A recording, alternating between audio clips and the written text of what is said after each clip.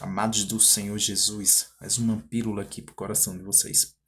Jeremias 29:11, diz o Senhor: Pois eu sei os pensamentos que tenho a vosso respeito, pensamento de paz e não de mal, para vos dar a esperança que vos merece. Amados, o Senhor está falando que Ele tem pensamentos a nosso respeito, que esses pensamentos são de paz, que esses pensamentos, quando fala de paz, está falando de prosperidade, de sabedoria, de segurança, de plenitude.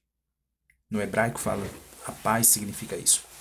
Então, a Bíblia ela é clara quando ela revela para os nossos corações que a gente precisa ter o nosso coração em paz em Deus para que os nossos pensamentos se conectem com Ele. Por quê? Por mais que Deus tenha os pensamentos positivos a nosso respeito, como de fato Ele tem, se a gente não tiver esses pensamentos positivos e conectado com Ele, dificilmente a gente vai conseguir entrar na mesma frequência para que a gente consiga acessar o seu favor. Porque o homem é aquilo que ele pensa. A própria palavra diz isso. A Bíblia diz que assim como o ser humano pensa, assim ele é. Então, se eu não tiver cuidado com os meus pensamentos, dificilmente eu vou conseguir ter um avanço na vida. Eu vou conseguir ter um progresso, um desenvolvimento. Por quê? Eu só vou conseguir desenvolver na minha vida se os meus pensamentos forem bons. Não se os meus pensamentos forem negativos. Muitas pessoas vivem numa vida tão difícil porque os seus pensamentos estão na ansiedade, os seus pensamentos estão no medo, os seus pensamentos estão na insegurança, na falta de fé, na depressão. Então, como é que um coração que tem todo esse pensamento vai conseguir entrar no favor de Deus? Então, o que eu quero dizer para vocês nesta noite, conforme a mensagem do Senhor, é que o Senhor tem o controle de todas as coisas. Muitos são os planos que o homem tem em seu coração, mas Deus é que determina os seus passos.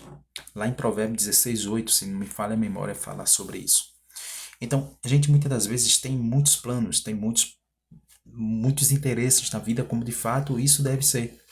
Mas a gente precisa entender que de todas essas coisas que podem passar nos nossos pensamentos, no nosso coração, a gente precisa entender que existe um Deus que está disposto e disponível para atender todas as nossas necessidades em Cristo Jesus.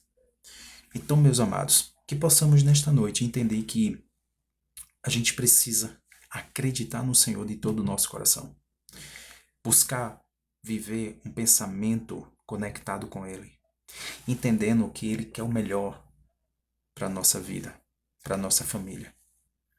A gente entende que Deus tem muitos propósitos para a nossa vida, mas muitas das vezes a gente não conseguiu escutar, muito menos pensar a revelação de Deus sobre o nosso propósito. Então muita gente tem até uma noção do que Deus tem para ele. Por exemplo, quando a gente pensa o propósito de Deus para a vida de todos os seres humanos, salvação. Isso é um propósito universal.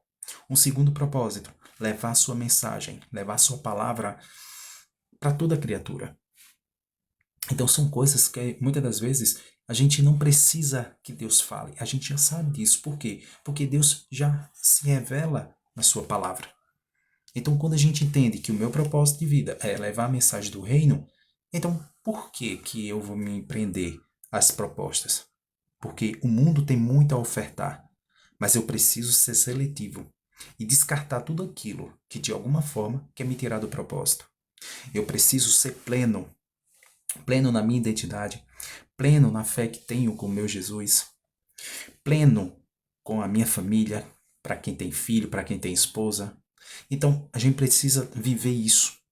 E para que tudo isso se materialize, aconteça na nossa vida, a gente precisa ter essa conexão com o Senhor e esses pensamentos precisam estar conectados com Ele.